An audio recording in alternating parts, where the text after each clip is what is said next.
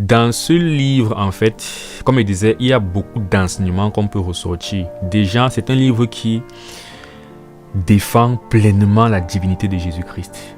Parce que un des sujets qui est souvent problématique dans les sphères religieuses, c'est la divinité de Jésus-Christ. Que ce soit les musulmans qui ne croient pas que Jésus-Christ est Dieu, ou certaines branches chrétiennes comme les témoins de Jéhovah par exemple, qui vont remettre en question le fait qu'il soit Dieu et tout. C'est un livre où on peut avoir beaucoup d'enseignements sur la divinité de Jésus-Christ.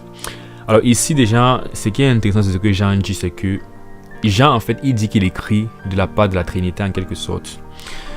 Je le vois au fait qu'il dit que la grâce et la paix vous soient données de la part de celui qui est, qui était et qui vient. Si on s'arrête à cette description, ça c'est l'idée de celui qui est éternel en fait. Il était dans le passé, il est dans le présent et il sera dans le futur. Donc l'éternel, le Père, on voit plus l'image du Père. Maintenant, et de celui qui est de la part des 7 esprits qui sont devant son trône. Et là, on voit plus la notion d'esprit.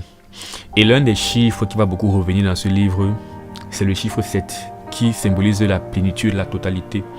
Donc on parle ici de 7 esprits, dont la totalité, la plénitude de l'esprit. Donc là on a plus l'esprit de Dieu, le Saint-Esprit. Et enfin de la part de Jésus-Christ, le témoin fidèle, le premier-né des morts. Et enfin on a le Fils. Donc on a ici en fait Jean en gros qui dit: je vous écris de la part de la Trinité, en fait de Dieu qui est Père, Fils et Saint-Esprit. Je trouve donc c'est intéressant de voir ça comme ça. Et une chose déjà qu'on peut relever ici concernant la divinité de Jésus-Christ, c'est que la notion des 7 esprits, n'est-ce pas, les 7 esprits qui sont devant le trône du Père de Dieu, qui représentent encore la plénitude de la personne de Dieu, c'est quelque chose en fait qui est en Jésus-Christ, comme on peut le voir dans Colossiens 2. Dans Colossiens 2, versets 8 à 9, Paul dit: prenez garde que personne ne fasse de vous sa proie par la philosophie et par une vaine tromperie, s'appuyant sur la tradition des hommes, sur les rudiments du monde et non sur Christ. Car en lui, en Christ, habite corporellement toute la plénitude de la divinité. C'est-à-dire la divinité, Dieu, habite, toute la plénitude de Dieu habite corporellement en Jésus-Christ. Donc ça c'est un grand argument en réalité pour soutenir que Jésus-Christ en fait est, tu ne peux pas en fait dissocier la divinité en fait de la personne de Jésus-Christ.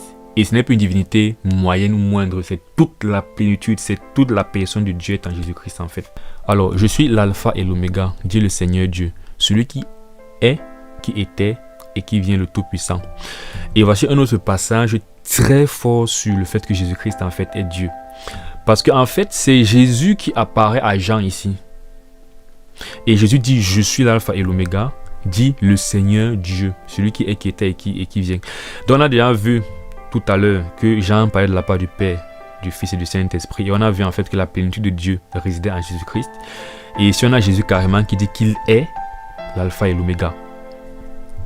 Et à la fin encore, Jésus redira la même chose, que moi Jésus, je suis l'alpha et l'oméga. Donc un autre passage puissant pour affirmer la divinité de Jésus-Christ, le fait que Jésus-Christ soit vraiment Dieu. Et le Seigneur donc posa la main sur lui, la main droite, en disant: ne crains point. Je suis le premier et le dernier et le vivant. Une fois de plus, référence à Jésus et Dieu.